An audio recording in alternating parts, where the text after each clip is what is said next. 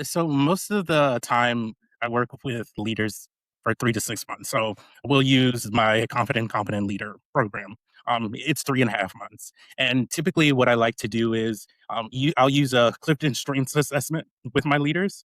And part of the reason why I use that assessment is because most of the time, kind of my quiet leaders have more relationship strengths, right? But they are inside of environments that are a little bit more competitive. So the first thing that happens with them is they're thinking, oh, something's wrong with me because I can't navigate this environment well. It's like, well, no, if you're more people oriented and you're in an environment that is more kind of outcomes oriented or competition oriented, then there's a disconnect. But that doesn't mean that your strengths are wrong. It just means your strengths are being leveraged in the incorrect way in an ineffective environment.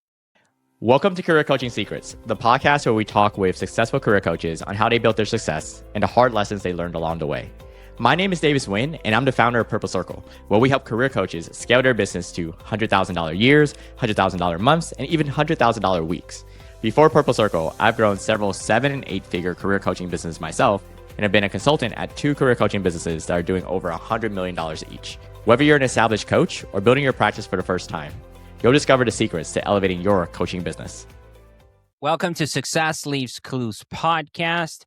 I'm Pedro, and today I'm joined by Donnie Hill, founder and CEO of Life Maximizer, who's worked with leaders across startups, Fortune 500 companies, nonprofits, and public sector organizations, has taught him that even the strongest leaders struggles to think clearly and communicate with confidence when the pressure is high and the stakes are real. Donnie focused on helping managers and senior leaders stay steady, focused, and credible in moments that matter without damaging their careers or backing themselves into corners. Donnie's coaching is practical and grounded in real situations like growing new business functions, preparing for senior level conversations, and defending tough business cases where leaders need to zoom out and think objectively. His background as a Stanford graduate and former Division I pole vaulter shaped his understanding of performance under pressure, teaching leaders how to clarify what matters, make sound decisions, and communicate in ways that move work forward while earning trust and buy-in rather than creating resistance. Welcome to the show, Donnie. What's going on, Pedro? I'm excited that you're here, man. From the first day we met, okay, I was like, Oh I my this God. guy has so much energy. I love it. Okay, and Donnie, okay, I'm a comic book nerd myself. I love the first edition. So back to the origin story. Okay, so Mhm, before mhm. we get into what you do now, I'm curious how this all actually started. So, what was going on in your life when coaching became more than just an idea, Donnie? Yeah, that's kind of fascinating. So, uh, I guess part of it goes back to my college days, and then I'll I'll fast forward into the story. When I was 19, I was diagnosed with a neurological voice disorder called spasmodic dysphonia, and so my voice would go in and out, and eventually I stopped talking for about 5 months because it was just too painful. So I was walking around pointing at things. I had a little a whiteboard with me. And at that time, I was living with two of my teammates. And so I would write something down and then they would basically be my voice.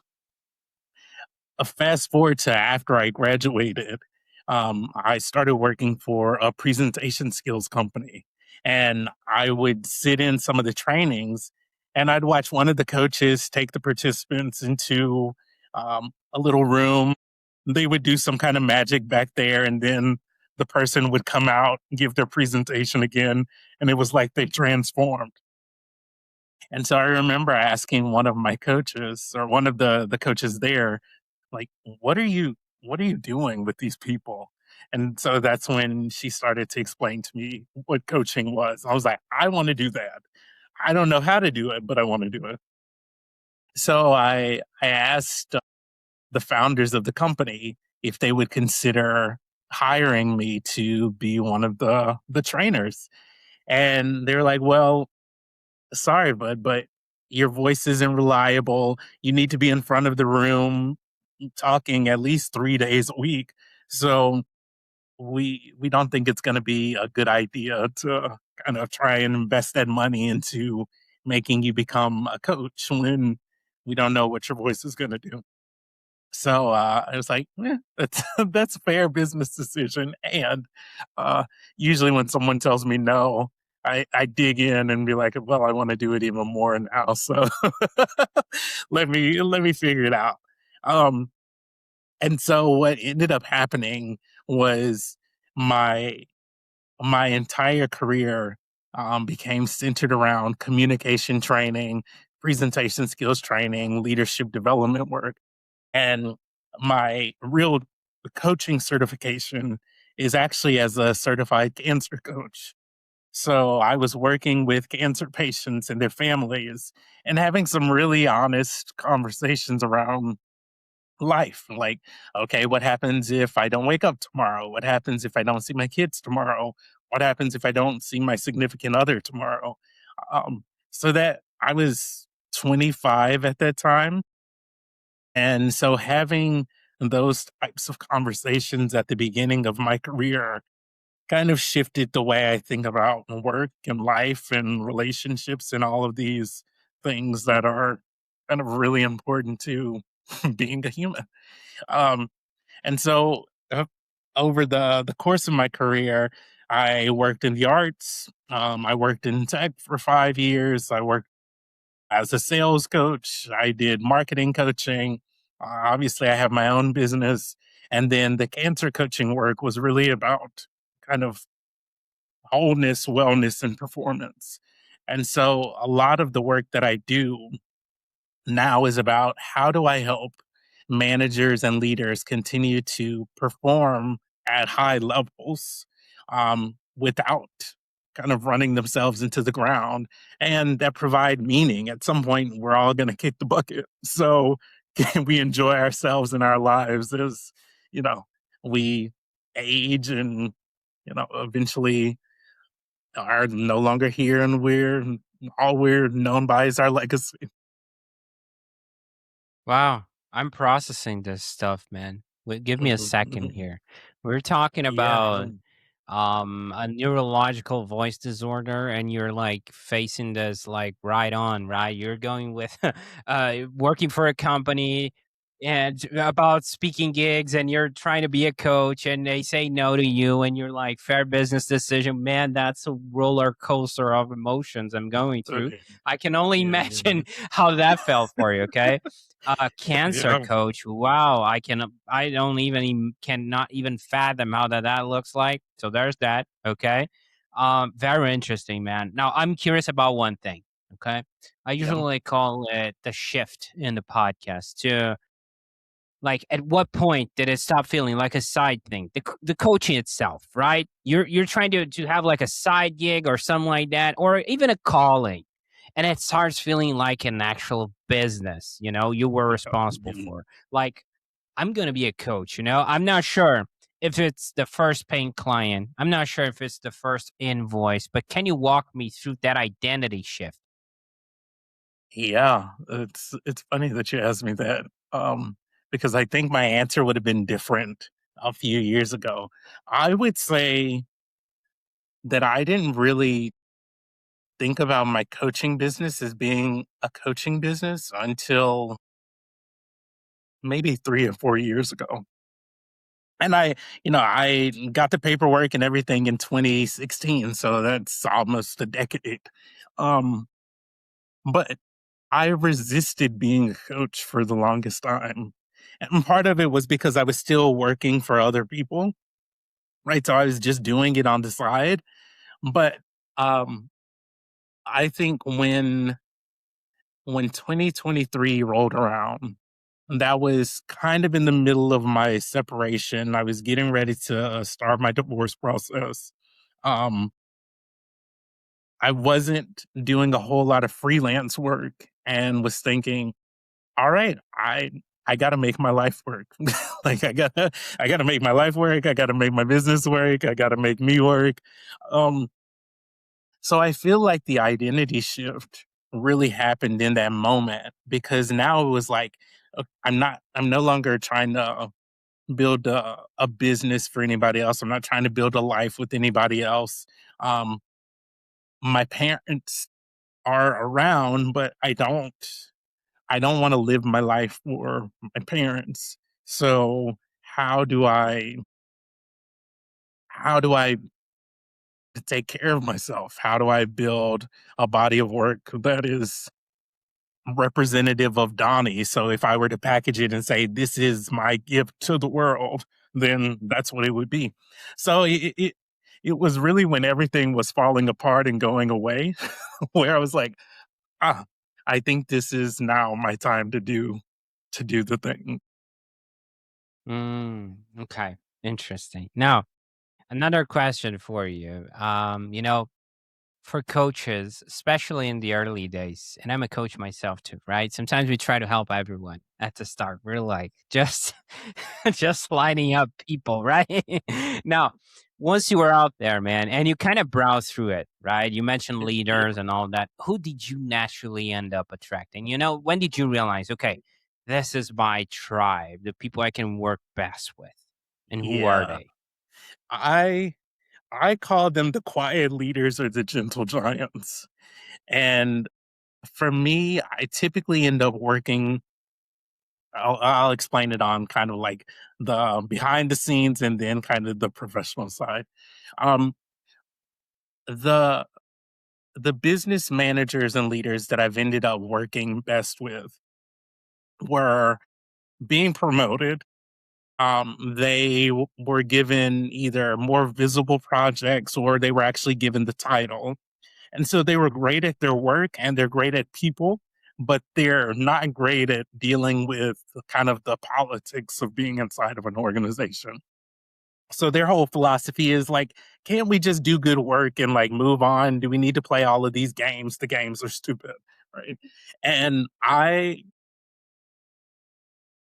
I understand it, but I also recognize that it's not realistic, especially if you're going to work inside of an organization and you plan on um, going to director level and above, right? You're going to be dealing with personalities and dynamics that you don't necessarily want to deal with, but you need to know how to deal with them, right? So Mm, that's kind of the external shell. The internal piece is um, my people usually were dealing with some kind of health crisis. I had there was a period of time where I was no longer working with cancer patients or that community at all. But every single one of my patients was either a cancer survivor or a caregiver. But I didn't find out about it until I had been working with them for a while. And we started digging in and they were like, oh, yeah, I had some health issues, right? And so then they would start telling me about it because so much of my focus is on balance. Like I want them to do good work, but I also want them to be able to take care of themselves as they are, doing the work. So, what I'm finding now more and more is that usually my best clients are the ones who are thinking about their mental health, emotional health, physical health, but they're also like, I have this drive and I want to do big things. I want to be seen as an influential leader and a key decision maker. How do I how do I do both of those things at once? And I'm like, call me. Yeah. Okay. Now I'm curious about one thing. I'm trying to get outside my own head here right now, okay? Because Yeah. if you remember, we kind of do a vibe check before we record the episode. If people are wondering, we do that, okay? And I did that with Donnie. Just check if his cool, his here, okay? So here's the thing. I did some vibe checks a while ago, and one guy really stood out to me. He was like in Israel when they were being bombarded, right? And he was holding his phone like this, right, in a safe house, and that shows me a little bit about commitment, right? So my question to you is, whenever you have a new client, right? right now, and you're thinking about your past clients with cancer patients, right? I mean, it's tough as tough can get, right? How do you manage to not judge people, your new clients, and they're saying, "Oh, this is so hard," and you've seen people that were dealing with stuff that are like 100 times harder, by saying goodbyes to a loved one. How do you keep your own balance to navigate those conversations so you don't judge them, because I might Yeah. be doing something like this. Yeah, yeah, yeah, yeah. Um, it's funny, my separation and divorce actually taught me a lot, because what I deem hard and what somebody else deems hard is very different, right? So, I a perfect example would be, um, my dad and I were in a Walmart grocery store for Thanksgiving, like 7 months after my separation. And he's very much like, if something doesn't work, you create another plan and you go. And if that doesn't work, then you create another plan and you go. And he's a warm guy, but like having him go into his emotions isn't his thing. So we're standing there in Walmart in the line, and he's asking me, he's like, "So what's your plan?" I'm like, I don't know. At that point, I flew to Dallas to spend time with my family for the holidays. So I'm thinking, this is my plan. I got on a plane, I got to Dallas. We're going to eat a bunch of food and then we're going to laugh. And then I'm going to go to sleep. And then I'm going to get on the plane and go back, go back to California. Um, and so he asked it probably 2 or 3 times. And I got so upset with him, like, I yelled at him in the store. I'm like, "I don't have a damn plan, like, this is my plan." Right? And he just kinda took a step back and was like, "Whoa, what happened?" And I said, "I don't think you realize I just left my life. I was with my ex for 14 years, like, it was a whole thing. So it wasn't just, let me just pick myself up and get on, like, I was grieving." But, like, at that point, I didn't have the capacity to explain to him that I was grieving. And Mm, maybe 6 or 7 months later, we were sitting at breakfast, and he was like, "Oh, I think I get it. I think you've been through a lot and you just now you're kind of like coming around." I'm like, "Yeah, okay, I got it." Right. So for me, like that part in that moment, I wanted so much empathy and understanding. Like I just wanted someone to say, "Dude, what you're going through, I might not get it, but it looks like you're really having a hard time. So let me just let you have a hard time. And when you need me to kind of help you reinvigorate yourself, I will." So when I see my clients now, I always have that in the back of my mind of like, they're going through something that they might share with me or they might not share with me. And so I just assume that everyone is going through something hard. And if they want to tell me, they'll tell me. And if they don't want to tell me, then that's fine. But it helps me stay grounded with them so that I can attune to like, "Oh, you okay? You need anything? No. Okay, good. Then we can keep moving. Oh, you're slowing down a little bit. You need some water? Like what do you need?" And they're like, "Oh, no, I'm good." So that's actually one of the things that I would say a lot of my former clients have shared with me over the past couple of years. They're like, I always feel like you're walking beside me and you push me when you need to, but you never push me to the point where I feel like you're just dragging me, right? Because I didn't want to be dragged. And I don't think a lot of clients want to be dragged. okay. Appreciate the insight, and I'm right there with your dad, right? A plan to plan, and sometimes that gets me in trouble with the wife. Sometimes she just want to vent, right? She just want to talk, and there comes the husband trying to give solutions. What's up with that, man? Drop the logic, right? And just give her some space. So I understand. Okay, I've done that mistake multiple times. Now, I want to shift gears for a second, if you don't mind. Okay. Yeah, Want to talk business. Let's talk business for a second. Okay. let's So talk let's business. pretend I'm your ideal client profile. I'm one of your quiet leaders of the gentle giants, like you mentioned, right? I'm them. First thing, how would I be able to find you in the first place, right? Marketing wise. Yeah, I'm most active on LinkedIn, right? So, on LinkedIn, I do videos. I'm posting pretty often. I'm currently working with, I guess, someone helped me curate my content for YouTube. So I'm gonna have a YouTube channel eventually. And then my website, www.thelifemaximizer.com, which is about to go through a reboot too.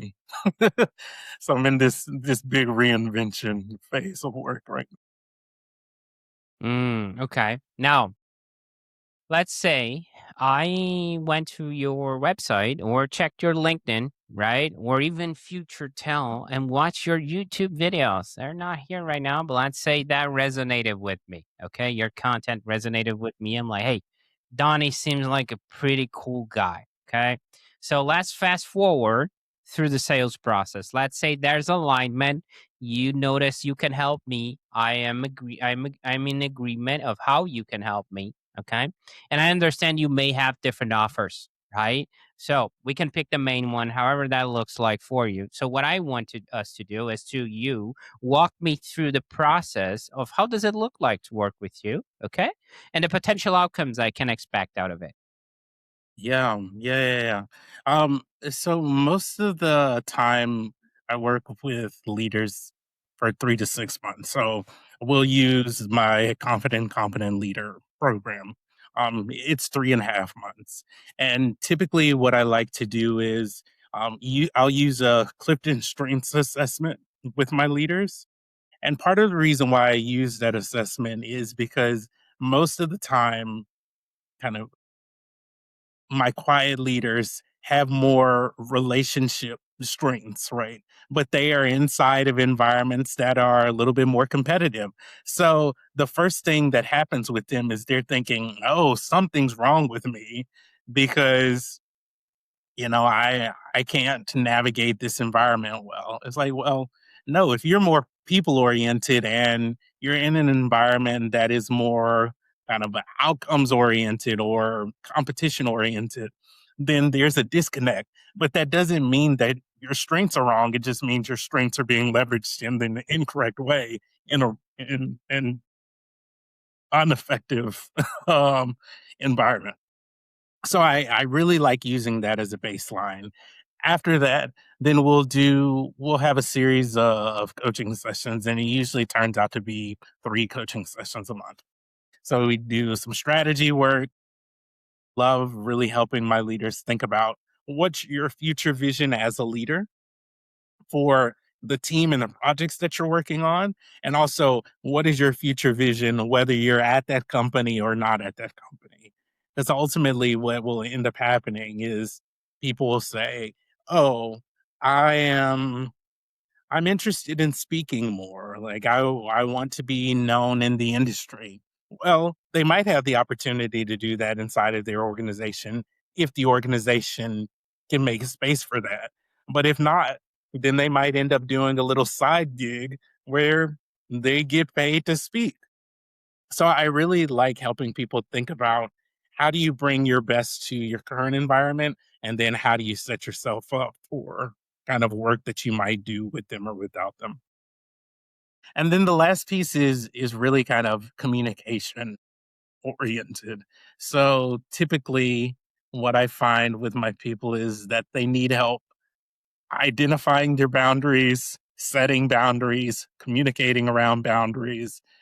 Typically they are over overworked or overextended. And so I do a lot of nervous system education work and nervous system regulation work with my clients in terms of helping them pay attention to, all right, when am I at capacity? When am I not at capacity? Um, how do I kind of work with my own natural rhythm? And for me, what ends up happening, you mentioned outcomes, is that my leaders are able to say what they need to say more easily without apology and in a way that is still respectful, but is very direct. They are able to manage their energy a lot better because now they aren't just pushing the gas all the time when sometimes they're like, the car needs to stop, right? The car needs to get off at the rest stop and like go get a snack. So they're able to manage that. And then the last piece is that I call it the light switch. Um, typically what ends up happening for my people is that they have dimmed their light or have turned the light switch off, meaning they've left something out of the equation that's really important to them. Maybe they haven't been participating in a sport for a while. Maybe they haven't been doing something kind of creative. And so when we begin looking at what they need outside of their work life in order to have a more fulfilling life, then I'll find that, oh, they've actually been leaving these parts of themselves out of the success equation, which is part of the reason why they feel like, life is kind of meh right now. And so when they get their spark back, then they're like, oh, right, this is important to me. This is a part of who I am. This is what I also need to be successful in my personal life and in my career. And so those are a few of the the pieces we work on uh, Okay. when clients hire me. Well, first of all, I felt personally attacked here when you mentioned you haven't participated in a sport for a while. I'm not sure if you're watching on YouTube here, guys, but yeah, it kind of shows. But one thing, I started today, okay? So, Donnie, take it easy on me, okay? I did some sports today. So, that's what's going on for me. So, there's that. Yes, ka-ching. Now, I'm going to jump on a boat that you mentioned, because I'm that type of guy. Okay. Awesome. I see a lot of coaches out there advocating against burnout, and sometimes they're burning out themselves because they are the salesperson, they're the marketer, they are doing the operations, business development, all of that, follow ups, bookkeeping, you name it, man. So your work seems pretty involved. Okay, Donnie. So, how do you think about managing your time and energy so the business doesn't start owning you? Yeah, yeah, yeah. That is, it's a lesson I'm still learning, man. One of the things we talked about in our vibe call was I was back in Alabama taking care of my mom for a little bit to give my sister a break. And uh, when I was there for a little over 2 weeks this past time, and when I got back, I thought, okay, I'm back in LA. I'm gonna get back into work mode. And I ended up sleeping most of the week. I'm like, yeah, I was like, I'm tired. Right? Like Right? the even though I wasn't doing as much physical caregiving for my mom as I have been in the past because she's more mobile, like I was still doing a lot of emotional and kind of mental caregiving for her, right? So I don't you don't realize how much you're doing it until you get back into a different environment and then you're like, "Oh, right, I'm exhausted." So part of what I've had to learn how to do is uh say, one, I can do it all. I don't need to do it all, right? And really acknowledge that I'm human, man. I gotta sleep. I gotta rest. I gotta rejuvenate. The second piece is I've started hiring more contractors lately. And so just having a couple of people that I can then like farm some work off to or some responsibility off to has been really helpful. At the same time, it's been terrifying because my inner control freak is like, nope, I don't want to let go of the reins. I want to know what's happening and I want to be able to do it. And so I'm recognizing that that is another one of my growing pains.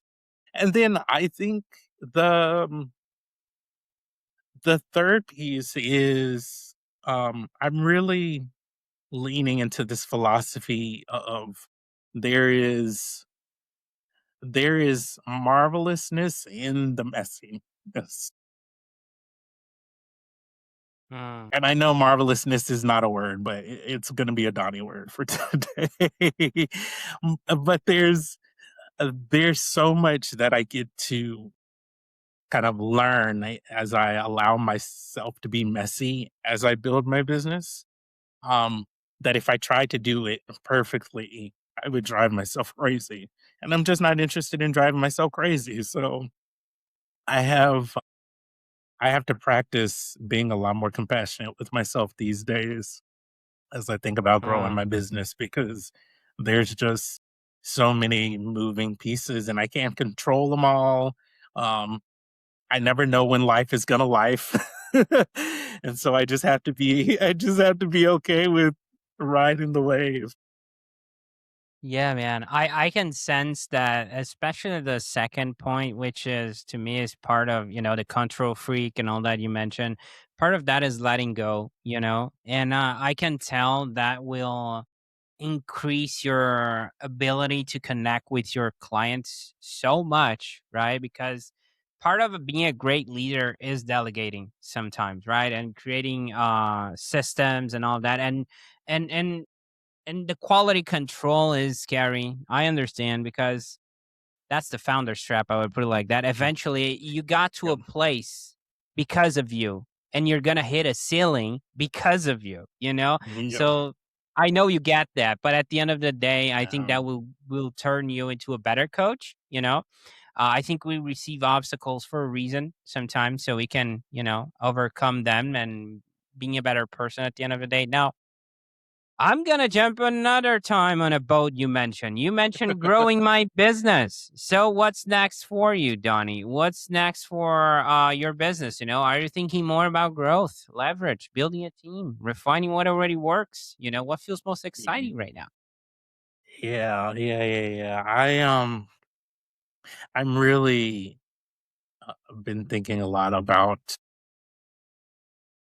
having having my own leadership labs and figuring out what that looks like, right? Uh, I think for the longest time, I've enjoyed having deeper conversations with leaders, both about the work and about non-work related stuff and life and relationships. And so these leadership labs for me are um, really an opportunity for leaders to think about like, if work wasn't around, would I be happy with who I am? Because ultimately, like that's gonna be that's gonna be the question that people come back to. The it was the constant question that I saw when I was doing my cancer coaching work. People would be like, I don't like this. I don't like my life. I don't like my relationships, or I really love this piece, but I feel like I missed out on these other aspects of life because of these things. Um, and especially now with there being so many layoffs, I think people are really having to ask themselves, like, okay, what am I gonna do? Not only what am I gonna do in order to take care of myself and pay my bills, but am I gonna go back to the doing the same work that I was doing before?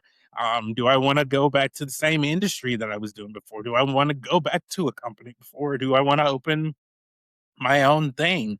And I think it's terrifying for a lot of people, but I also think it is one of the greatest gifts you could kind of allow yourself to lean into as much as you can when you're not stressing out. because what it'll end up doing is opening yourself up to saying, okay, if I don't get a job in the next 6 months and I am sending out resumes and cover letters, but I'm here at home with my kid for 6 months. What do I want to do with my kid for 6 months? Like that's 6 months that I can have a different routine than what my normal life routine would have been. Um, Mm, and so for me, when I think about leaders who have made multi-million dollars and they're in the C-suite or they're a senior leader inside of an organization, some of them want to continue kind of living that life. And many of them are like, yeah, I did it. I don't really want to do that anymore. I want some purpose. I want some meaning. Like I want my life to have a different level of significance. And so there's this shift that's happening from like the success mode to the significance mode. And that there's a whole world that gets to open up to people when they begin thinking about life through that lens. mm. That is so true, man. You're getting me to a rabbit hole, you know? I was laid off for a couple of times, and when you think about it, like sometimes it takes some months, right, to so you get a job again and all of that. And the lens you put in that time frame, let's say it's 6 months, like you mentioned, I couldn't enjoy my time with anyone because I was stressing so much, right? And I like looking from a lens of stress and like I need to solve this, and I was doing everything I need to do. Eventually, that was just a phase. But if I looked from a different lens and I'm looking at it as like this is just a phase, I'm doing what I have to do, I would have enjoyed way, way, way more. Instead of just stressing about it, things I cannot control. And that, if you look at a macro level, that's for everything, right? I could be hit by a car tomorrow. My mom could get sick. My dad, and I don't control that. Will I stress about that? But I think the job related issues are so micro level that Yeah. it's so hard to not react. Do you see like that? I'm sorry, I kind of got into a Um, rabbit hole here. no, no, no, I do, man. I have what do you call them? Reddit notifications that pop up. And I don't know whether or not I subscribe to it, but obviously I did because I keep getting notifications. But it's like layoff notifications. And sometimes I'll just look and people are freaking out. And I absolutely understand. And it makes me sad for a number of different reasons. It makes me sad because one, obviously companies are trying to make money, save money, et cetera, for their stakeholders. And so people are getting laid off because the company is trying to save. Um, and two, I think the amount of ourselves that we give to organizations, right, or that we give to our work, when that thing is gone and that is your only kind of identity, or it's a big part of your identity, then it really throws people for a loop. And so that I've been watching kind of people loop on Reddit, and it like the threads just keep there's more and more. So for me, there's this moment of like, wait, are so we either need to figure out how do we how do we change kind of the ways businesses operate so that they care about their people a little bit more. That might not happen. So like you can like throw that one out the window. Keep Or dreaming. yeah, how do we as individuals give to organizations in a way that still feels fulfilling, but it doesn't feel like we're giving them our heart and our soul and then they can just rip it away? Or the third option is like, how do we give that to ourselves? Whether that is through building our own business or through partnering with people to help them build their business and finding something that's more aligned with kind of who you are and what you want to bring to the world. So I'm kind of like watching all of these systems crumble, and we're in the middle of the rubble, but we haven't built the new thing. And so I'm like, okay, now is the perfect time to try and help people see the light a little bit more so we can build something new. But I think because people are going through the disappointment or the anger, the rage or the frustration around losing their job or being fired, that it's hard for them, like my dad, it's hard for me to just switch. Like they can't go from like despair and grieving to, all right, I got to get a plan, here's where we're going to go. There's some time that it takes for people to kind of grieve and process and then say, all right, I'm tired of laying in the rubble now, like I can get back up on my feet. And yeah, we're going to build, but yeah, it might take us a long time, but at least it's towards something that is a little more beneficial to us. Appreciate that. Now, before we close this out, Donnie, if someone resonated with what you shared and wants to follow your work, where should they go? I mean, we're gonna have all the links in the description, but what's the best way to find you? Connect. Yeah, the best way is to connect with me on LinkedIn. So you can find me under Donnie. Oh, Okay.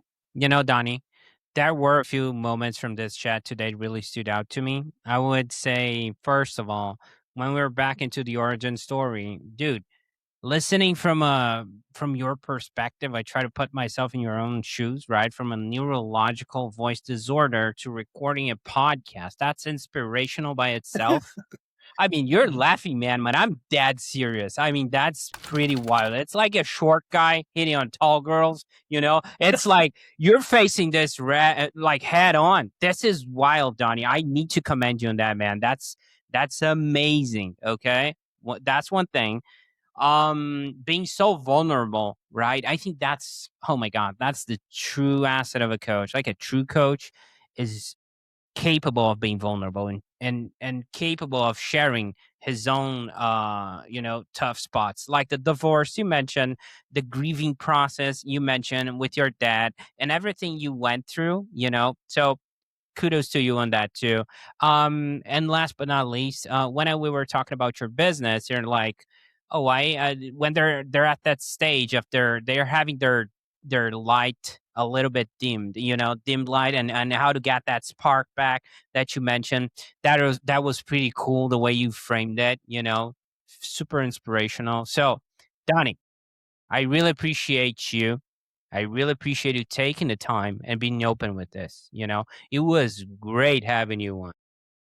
oh, thank you, Pedro. I really I loved our initial conversation, right? So when I got your message saying that I get to have this interview with you, I was I was really, really looking forward to it. And you're such a warm host and a welcoming host. And yeah, thank you. Editor, cut here. Bike. That's it for this episode of Career Coaching Secrets. If you enjoyed this conversation, you can subscribe on YouTube, Spotify, Apple Podcasts, or wherever you're listening to this episode to catch future episodes. This podcast was brought to you by Purple Circle, where we help career coaches scale their business to $100,000 years, $100,000 months, or even $100,000 weeks, all without burning out and making sure that you're making the impact and having the life that you want. To learn more about our community and how we can help you, visit joinpurplecircle.com.